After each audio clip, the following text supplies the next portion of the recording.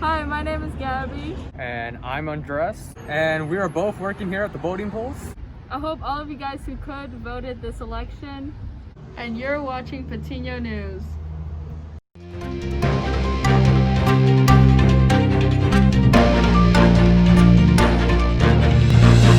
So far, we only have one submission for Patiño's Got Talent singing segment, but we know Patiño has more talent than that. If you think you got what it takes to win, submit a video of you singing to the bit.ly link shown on screen. No one will know who you are unless you win. All contestants' faces will be blurred until the winner is revealed. Hello Patiño students. Senior business team Barely Misfits needs your help. For those of you who aren't that familiar with our business, we are basically making a line of characters to voice for minorities and the misrepresented. This includes people with disabilities, people of color, the LGBTQ+ community, and anyone else who feels like some sort of a misfit. But to get started, we need an artist that is willing to bring our characters to life. We are offering an internship to anyone who will digitally draw comics for our Instagram. There will be a total of 5 comics, and each comic will be 5 to 10 panels long. Don't forget, we are a startup business, which means this internship will not be paid. But for you underclassmen, this is an amazing time to get experience with the running business and show off your creativity. And seniors, don't forget, we're offering any service with anything you need help with for your business in exchange. So if anyone's interested, here's the link to the application. The link is also in our bio for our Instagram at Barely Misfits. For further information, feel free to email us at barelymisfits@gmail.com.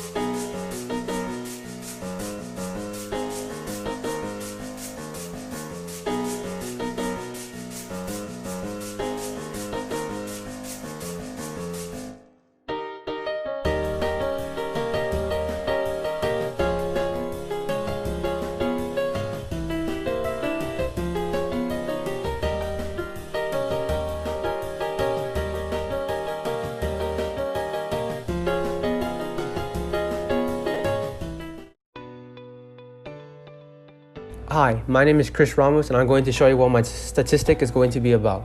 It is about social media usage in the US. As you can see, I got my source from the link in the middle of the screen. You can see on the top right corner of the chart about which social media platform is getting used the most and by what age. You can tell the ages between 0 to 25 is the most, since those are the ages of teenagers.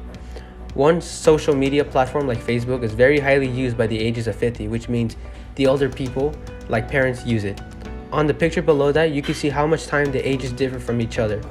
Of course, the younger side have a huge increasement over the other ages, since teenagers are getting more and more access to technology and using them for social media. As you can see from the image on the left, it is a data table showing the years of the age of how much it has increased or decreased over the last 9 years in the US. From 82% to 90% has increased for the 18 to 25-year-olds. 40 to 49-year-olds has increased from 64% to 82%. 50 to 64-year-olds has increased from 39 to 69%. And lastly, 65 plus years has increased from 60 to 40%. All of the ages in the US has increased over the course of 9 years. I feel the need to share this with others because I just want to inform them if they're using too much usage with social media or not. Just to show how much teenagers are using compared to the other ages who use them less. This is relevant to us because as juniors, we're going to start off our business soon, and one of the best way to communicate with each other is through social media. Thank you. As you know, next Wednesday is Veterans Day.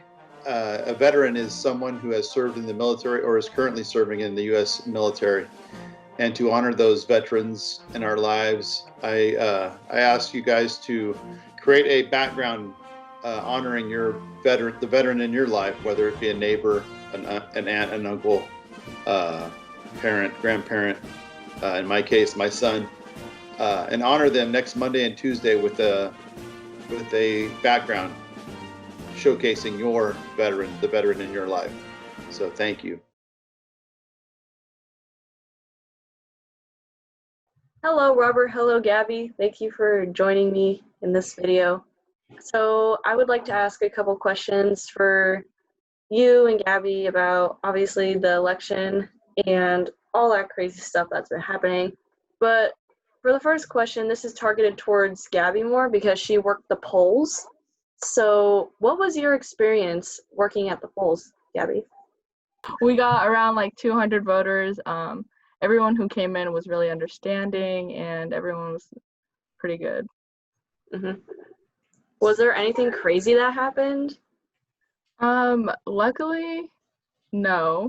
I mean, there was a little small incident. We asked someone to take off their mask because they had like a political candidate on there, and that's not allowed.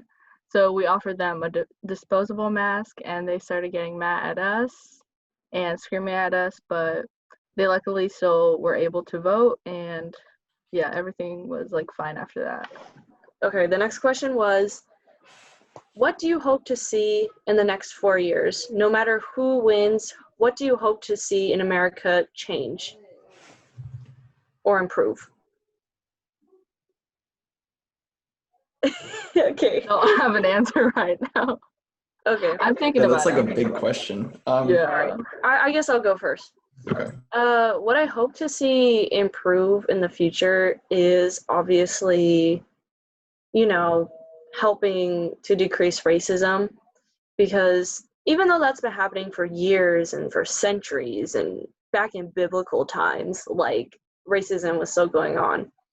And even though we might never get rid of racism, I still feel like if we still try to put an effort to stopping it, we can at least decrease it a little bit, which is better than none, So I just think putting an effort into that would be very beneficial.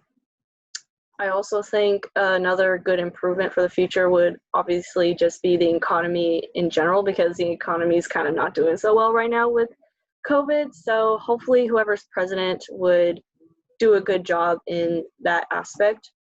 And also I just hope whoever is president would maybe help improve how our country looks in general and not make us look like clowns. So whoever it is, because right now a lot of people are, from other countries are looking at us like we're crazy. And I just hope that people view us in a better light, because America does have good things. We have freedom of expression, speech, religion, whatever. And I just think that we should be seen in a better light because of the good, positive things that we do have. How do you think that plays out, that situation? It's just you, the citizen, and both presidential candidates. I would ask them if it is possible, would they be willing to open up and listen to each other, even though they disagree, drastically they disagree in lots of things? Would they still be open enough to listen to the other side, to understand someone else's perspective and have empathy and compromise, I just would think that would really help benefit and show our country, hey, if these two leaders can open up to each other and still disagree, but still agree to have respect for each other, even if they do disagree, I just think that would be a good thing to, talk to them about. That's it for election week. My name is Emmanuel and I worked at Hamilton for the voting polls. It was a pretty fun experience. But anyways, like and subscribe, and I hope to see you guys next week.